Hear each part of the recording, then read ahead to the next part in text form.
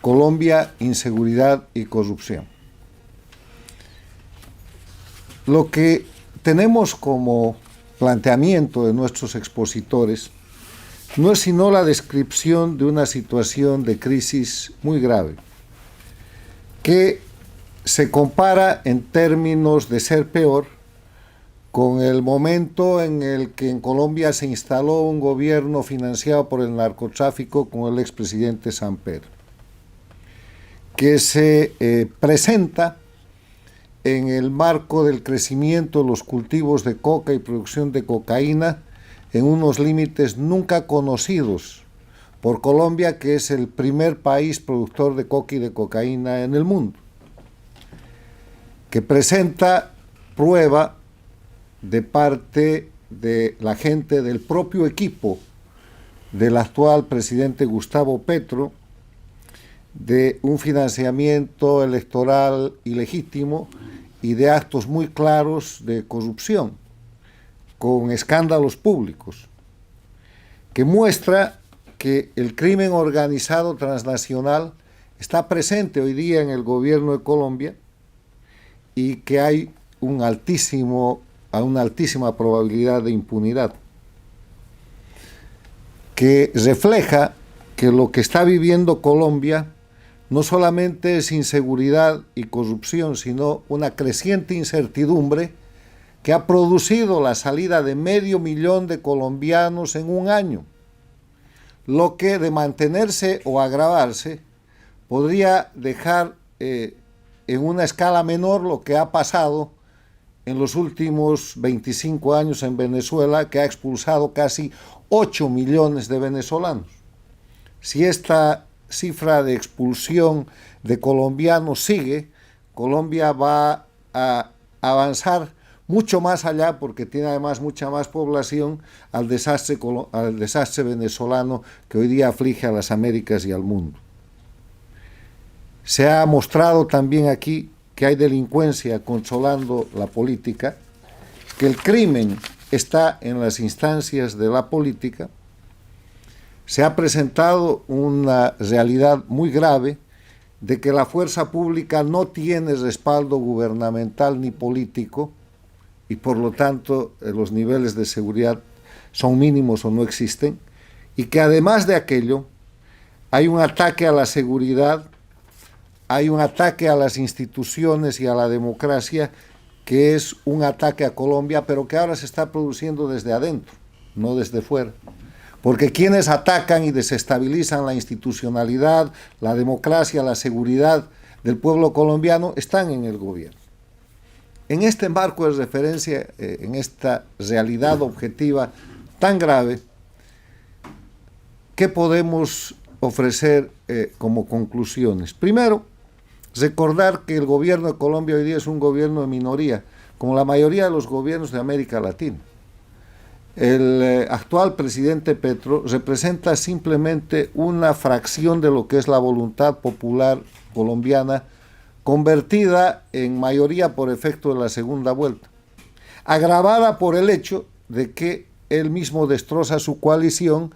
y acrecienta esa situación de minoría para reemplazarla por el discurso populista que desde el gobierno amenaza quebrar la institucionalidad y el sistema democrático.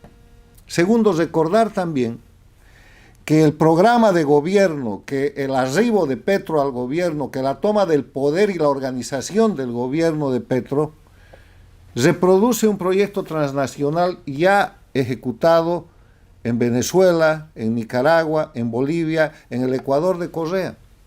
No es este un proyecto colombiano, es la repetición de un modelo, de una franquicia del socialismo del siglo XXI, que dirigida desde Cuba y Venezuela hoy día está trabajando en Colombia y está tratando de dominar las instituciones y el pueblo colombiano, hecho que no es un dato menor. Tercero, recordar también que el jefe del Poder Ejecutivo del actual gobierno de Colombia tiene antecedentes en hechos que hoy día está tratando de resolver, entre comillas, utilizando el poder político y el poder constitucional de la presidencia de Colombia, que tiene que ver con guerrillas de crimen y de narcotráfico a las que él un día perteneció.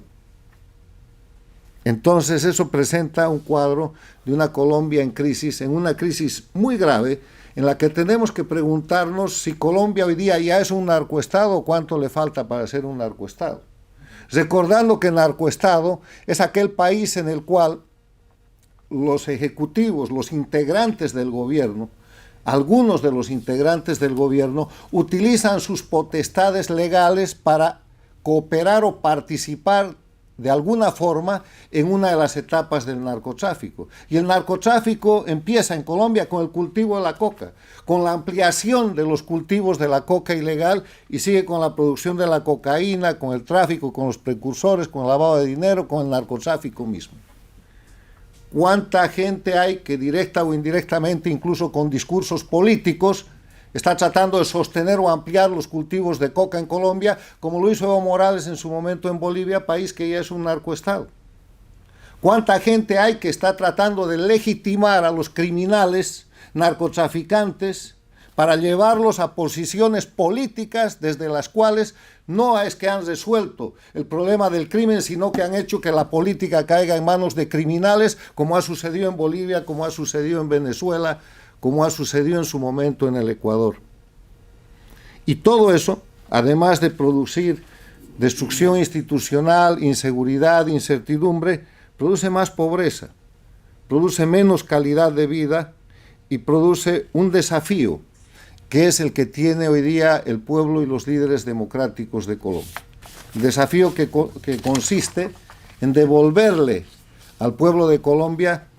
condiciones de transparencia, de seguridad jurídica, de seguridad física que se han perdido. Y de hacerlo por la vía democrática, recurriendo a la fortaleza institucional que todavía tiene hoy día Colombia, y mirando a los países vecinos que han pasado por la desgracia a la que están queriendo llevar al pueblo colombiano. Mirando a la Venezuela, narcoestado, dictadura, que vive en base a la tortura y al terrorismo de Estado que es Venezuela. Mirando al Ecuador, que salió de las manos de Correa y que ahora ha vuelto a un ambiente de inseguridad influida por la situación de Colombia. Mirando a la Bolivia, narcoestado, mirando el estado de miseria en el que están todos los países que son dictaduras del socialismo del siglo XXI, castrochavismo, Cuba, Venezuela, Bolivia y Nicaragua,